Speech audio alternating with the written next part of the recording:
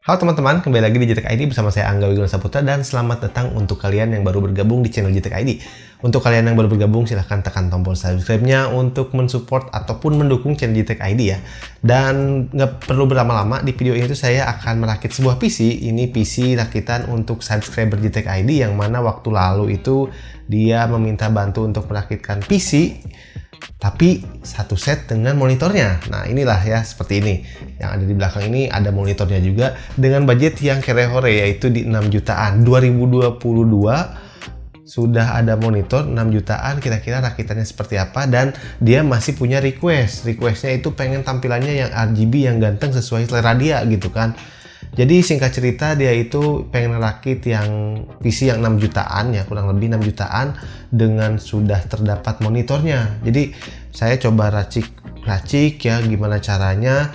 Ya ternyata nggak bisa dapat generasi yang baru karena dengan monitor, dan dia punya beberapa permintaan. Di antaranya dia harus menggunakan casing yang dia minta. Jadi casingnya itu casing dari Bitfenix. Jadi katanya ini lihat di channel YouTube JTech ID juga pakai casing Bitfenix Nopames RGB ini, tapi dia pengen yang warna putih katanya ya. Akhirnya kita carikan yang warna putih. Dan sedikit cerita, biasanya itu kalau ada subscriber yang rakit PC di JTech ID biasanya saya belinya online ya. Tapi waktu itu kebetulan karena lagi saya jalan keluar ya, waktu itu deket-deket daerah Mangga 2, ya udahlah saya mampir sedikit ya ke daerah situ karena kalian ketahui ya di situ banyak juga pusat-pusat untuk penjualan komputer. Akhirnya saya mampir mencari casing yang diminta subscriber ini ya. Ternyata ada ya di toko, salah satu toko ya di Mangga 2 kalau nggak salah. Ini tokonya masih ada nih bornya ya, di Yes Komputer nih. Di Yes Komputer itu harganya di 800.000 untuk casing Bitfenix Nopames White ini. Ya lumayan mahal ya karena udah terdapat RGB ya, RGB, dan juga ada fan-nya, ada 4 ya. Dulu pernah saya buat lah videonya, kalau kalian juga mau nonton silahkan. Itu warna hitamnya ya, dan di sini tuh warna putihnya. Nah, dan di situ sekalian aja saya tanya-tanya ya di toko tersebut, biar sekalian aja kalau ada ya udah berarti saya nggak perlu beli online lagi kan. Ternyata saya dapat beberapa komponen ya, hampir semuanya untuk merakit PC ini. Nah, di sini saya mendapatkan motherboard. Motherboard ini saya pakai motherboard dari Iconic H61. Sebetulnya untuk motherboard H61 pilihannya banyak banget ya. Udah sering juga JTech ID merakit berbagai macam motherboard H61 di channel ini. Dan di sini kali ini saya pengen coba dari Iconic H61. Dan kenapa saya pilih ini juga karena ada kelebihannya tersendiri, di mana untuk Iconic H61 ini dia sudah terdapat USB 3.0 untuk front panel casing. Jadi kalau kalian nanti pakai casing yang sudah ada USB 3.0 ini bisa berfungsi. Kebanyakan untuk motherboard H61 lainnya sekarang udah mulai nggak ada ya. Ya kalau memang dari H61 dari merek-merek yang jadul memang udah nggak ada. Tapi untuk produksi-produksi yang merek-merek terbaru ini H61 hampir udah nggak ada yang punya USB 3.0, dan di Iconic H61 ini punya USB 3.0-nya, sehingga ini bisa jadi saya pilih ya, jadi pilihan nih karena memang udah ada ya. Dan juga udah pakai solid kapasitor semuanya. Kalau desain PRM-nya nggak yang gimana-gimana ya, sangat sederhana. Untuk sebuah H61 ini sangat standar sekali lah. Tapi paling nggak ya itu USB 3.0 ada, dan untuk posisi-posisi kabel SATA-nya juga udah enak, nggak menghalangi nanti untuk VGA card dan lain sebagainya. Lalu selanjutnya di sini komponennya saya gunakan prosesor dari Intel tentunya ya, Core i5 2500. Ini Sandy Bridge ya, dengan fan-nya saya beli. Dan ini tuh harganya 400 ribuan ya, cari yang murah lah, ngepasin budget karena dari subscriber itu ya udahlah bang, sisanya terserah bang, yang penting rakitannya tampilannya PC gaming, bisa main game, budgetnya tolong dicukup-cukupin katanya. Yang penting cukup budgetnya, dengan dia requestnya seperti itu. Akhirnya saya beli Core i5 2500 karena masih di harga 400 ribuan ya, di sini 450.000. Kalau untuk Core i5 Gen 3-nya ataupun IP Bridge-nya itu hampir 600.000. Jadi kayaknya lumayan membengkak nanti budgetnya. Jadi untuk Core i5 2500 ini juga cukup karena dia memiliki base clock-nya di 3,3 GHz, dan juga dia memiliki 4 core dan juga 4 thread. Jadi cukup lah nanti untuk bermain game-game dengan budget kayak ini masih cukup, ataupun untuk editing juga masih bisa ini ya. Dan untuk RAM-nya di sini, memorinya saya di toko itu beli RAM PNY DDR3 tentunya ya, yang pokoknya yang ada di situ lah saya beli. Kebetulan ada DDR3 di situ ya. di sini dengan kapasitas 8 GB. Untuk frekuensinya di sini 1600 MHz. Tapi tentunya untuk Core i5 2500 dia hanya bisa membutuhkan untuk frekuensi memorinya di 1033 MHz kalau nggak salah ya. Jadi it's okay lah ini ya. Dan untuk SSD-nya sekalian juga ya, di toko tersebut ada SSD PNY SATA 3 tentunya di sini dengan tipe CS900 yang berkapasitas 240 GB. Nah, ini pasti kurang nih. Jadi buat usernya atau buat kalian juga yang pengen rakit seperti ini tentunya butuh penyimpanan yang lain. Mungkin nanti bisa nambah lagi atau bisa tambah harddisk lah. Tapi di sini cukup saya menggunakan 240 GB aja, nanti mungkin di-upgrade bertahap lah, nggak masalah ya. Lalu setelah itu juga di sini VGA card-nya menggunakan VGA card yang terbaru. Ini kata tokonya sih original ya. Saya menggunakan VGA dari Hose GTX 750 Ti 4 GB. Saya baru dengar sih ya untuk Hose. Jadi katanya Hose ini kata tokonya sih brand lokal juga ya. Brand lokal juga dan brand yang baru. Katanya ori. Kalau nggak ori dibalikin aja bang, katanya. Oh siap lah. Jadi nanti kita akan tes ya untuk VGA ini. Dan VGA-nya juga tentunya bergaransi resmi juga dari distributornya ya. Dan untuk monitor, nah monitor di sini karena memang butuh monitor ya untuk subscriber kita, dia menggunakan monitor 19 in. Tadinya itu mau beli merek yang apa tuh SPC ya, SPC 19 in ada tuh harganya di kisaran 900 ribuan. Tapi saat saya tanya di toko tersebut nggak ada, dan dia menyarankan ini aja Iconic ya. Di Iconic ini karena garansinya lebih panjang 2 tahun. Kalau yang sebelah tadi garansinya cukup setahun katanya. Jadi ini lebih worth it katanya. Kurang lebih performanya juga mirip-mirip katanya, dan kelebihannya ya 2 tahun garansinya. Jadi udah aman lah, tercover garansi 2 tahun ini cukup oke gitu kan. Jadi total belanjaan saya di sini berkisar di 5.700-an udah pusat dengan monitor ya. Dan mungkin ini masih ada yang kurang sebetulnya ya. Jadi yang kurang itu sebetulnya ini ada beberapa komponen ya, mungkin dari power supply, dan juga nanti akan saya tambahkan seperti dari cooling untuk CPU-nya. Karena seperti kita ketahui Core i5 2500 ini dia memiliki TDP 95 Watt, sehingga saya mungkin akan coba pasangkan yang ada di studio ya, yaitu saya punya dari Aerocool Silent 4, dimana dia sudah memiliki 4 heat pipe yang mana pendinginan juga udah bagus untuk mendinginkan prosesor-prosesor yang panas. Serta juga untuk Aerocool ini dia sudah ARGB yang tentunya bisa disupport, nggak perlu khawatir walau kita pakai generasi yang lawas H61 lawas nggak ada support ARGB, tapi casingnya yang punya controller ARGB-nya gitu kan. Mudah-mudahan controller ARGB-nya sama ya, dia pakai 5 volt 3 pin, mudah-mudahan sama. Jadi nanti kita bisa colokkan untuk CPU coolernya ke casingnya. Ya ini emang pilihan tepat sih dari subscriber kita, pengen tampilan yang mewah, udah bisa kekinian support untuk ARGB ya, pakainya casing Bitmanik Novamesh ARGB ini. Dan mungkin itu saja sih untuk komponen-komponennya, kita langsung aja rakit dan nanti kita akan lihat langsung performance-nya seperti apa sih PC ini dengan menggunakan monitor yang ada di belakang ini. Monitor yang kita beli itu tadi adalah Iconic 19 in, kalau nggak salah belum Full HD ya, masih kurang lebih resolusinya 1440 x 900 pixel. Tapi nanti kita lihat lah, saya juga belum buka soalnya ya. Nanti kita lihat rakit, kita lihat benchmarknya seperti apa, dan langsung kita rakit aja sekarang. Let's go.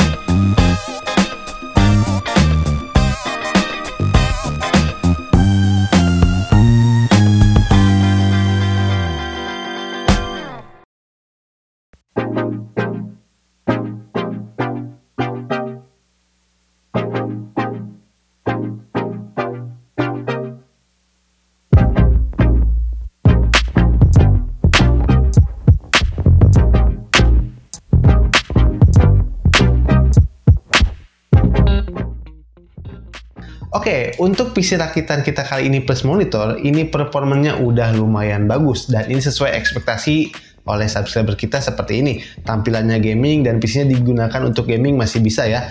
Seperti tadi kita sudah tes dengan gaming yang berat ya, gaming kekinian masih bisa, walau ya presetnya harus disesuaikan dan ada beberapa yang nggak terlalu playable. Dan untuk budgetnya di sini menghabiskan keseluruhan di sekitaran Rp6.067.000, yang mana di sini tidak termasuk dengan CPU coolernya ya, Aerocool Silent 4, karena ini memang milik saya di sini sifatnya hanya menguji saja sejauh mana sih pendinginan untuk CPU cooler ini. Seperti kita ketahui untuk prosesor yang memiliki TDP yang lumayan panas, ternyata untuk CPU cooler ini mampu mendinginkan prosesor ini dengan berkisar di gaming ataupun di stress benchmark seperti Cinebench R15 itu berkisar di 50 derajatan Celcius saja ataupun 54 atau kurang lebih ya. Dan juga ini ARGB ini bisa kita sambungkan dengan controller commander yang bagusnya ada di casing Bitfenix Nova Mesh ini. Kita tinggal sambungkan dan itu akan sinkron juga dengan fan casing yang lainnya. Tinggal kita switch, warnanya akan berubah sesuai selera kita. Banyak sekali, ada RGB full color, ada juga merah, ada kuning, ada yang lain sebagainya. Ini casingnya sudah lengkap banget ya, karena memang terdapat controller ARGB-nya. Jadi memang nggak salah pilih lah untuk subscriber kita kali ini memilih casing dari Bitfenix ini, karena memang untuk casing ini walau kita nggak pakai komponen yang motherboard yang ada ARGB, tapi untuk casingnya udah punya controller ARGB ini. Nice sekali. Dan di sini juga untuk PGA card-nya sudah kita tes juga. Kita lihat di GPU-J ternyata memang untuk chipsetnya ini sesuai ya, dimana ini original GM107, yang mana untuk memorinya menggunakan GDDR5 dari Samsung. Yang backlocknya juga semua spesifikasinya sudah sesuai, dan saat kita look up juga dia langsung menuju ke Tech Power Up, yang mana di sini menunjukkan ini board dari Honda ya. Jadi ini original. Ini brand, katanya brand lokal ya, salah satu brand lokal yang original, dan ya kita dukung aja lah ya, nggak apa-apa demi persaingan kompetitif juga, dan kita harapkan ini performanya terus bagus, kualitasnya bagus, dan tercover garansi 2 tahun. Yang mana di sini juga kalau misalkan kita nyangka fake ya udah terbantahkan sih ya. Dan kalau saya lihat juga untuk distributornya di sini dari GMS, Global Mitra Sukses, yang mana kalau nggak salah saya waktu lalu pernah beli casing Kogar juga, itu distributornya GMS juga. Artinya ini distribusi yang sama dari GMS. Artinya untuk Hose ini kemungkinan brand lokal yang bukan abal-abal juga, karena GMS ini juga mendistribusikan brand seperti kelas Kogar ya. Kelas Kogar kita ketahui ya udah cukup high end, jadi ya nggak mungkin lah ya mencoreng nama baik dari GMS sendiri.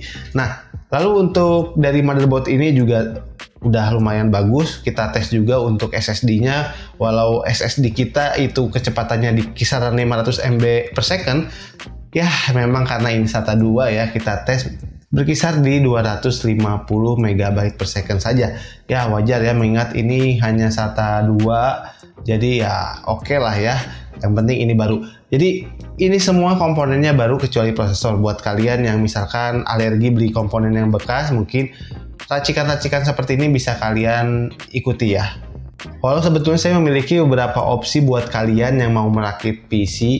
Bisa saja kalian menggunakan generasi yang baru seperti Core i3 generasi ke-10 dengan menambah budget kurang lebih 500-1 juta dengan basic spek yang sama. Kalian hanya merubah motherboard, prosesor, dan juga memori RAM. Itu kalian hanya bisa menambah dengan 500-1 juta. Kalian bisa mendapatkan spek yang kurang lebih sama ya, dengan prosesor lebih mudah tentunya. Tapi tentunya untuk di kegunaan gaming itu hasilnya akan kurang lebih sama saja, karena memang performance dari GTX 750 Ti itu ya seperti ini saja. Bahkan walau kalian pakai Core i9 sekalipun, untuk kegunaan gaming yang seperti ini yang sudah kita tes tadi, itu performance-nya nggak jauh beda. Beda cerita kalau kalian gunakan untuk editing, mungkin akan sedikit banyak terasa lebih jauh ya perbedaannya. Jadi ya mungkin pilihan tepat juga buat kalian yang mau pakai generasi 10 silakan, mau pakai generasi lawas seperti ini karena memang budgetnya yang fresh, yang penting tampilannya, itu semua kembali lagi kepada kalian masing-masing. Tentunya kalau masalah komponen-komponen banyak sekali yang udah bagus, banyak sekali yang recommended, tapi ya kita kembali lagi ke sesuai selera dari subscriber kita masing-masing atau dari usernya masing-masing ya.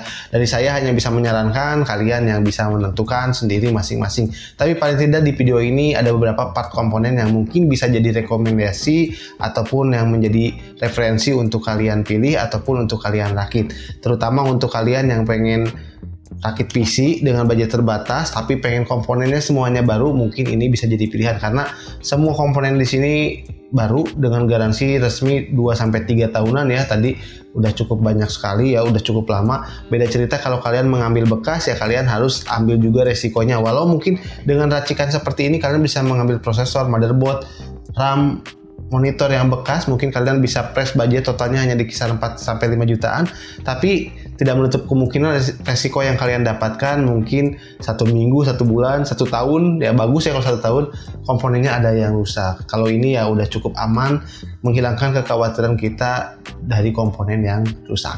Oke, mungkin itu saja video dari JTech ID kali ini. Silahkan kalian tekan tombol subscribe-nya dan juga tekan like-nya. Untuk kalian yang ingin dibantu rakit, kalian bisa DM ke Instagram kita di @jtech_id. Dan bersama saya Angga Wiguna Saputra, sampai ketemu di video selanjutnya. Salam JTech ID and see you.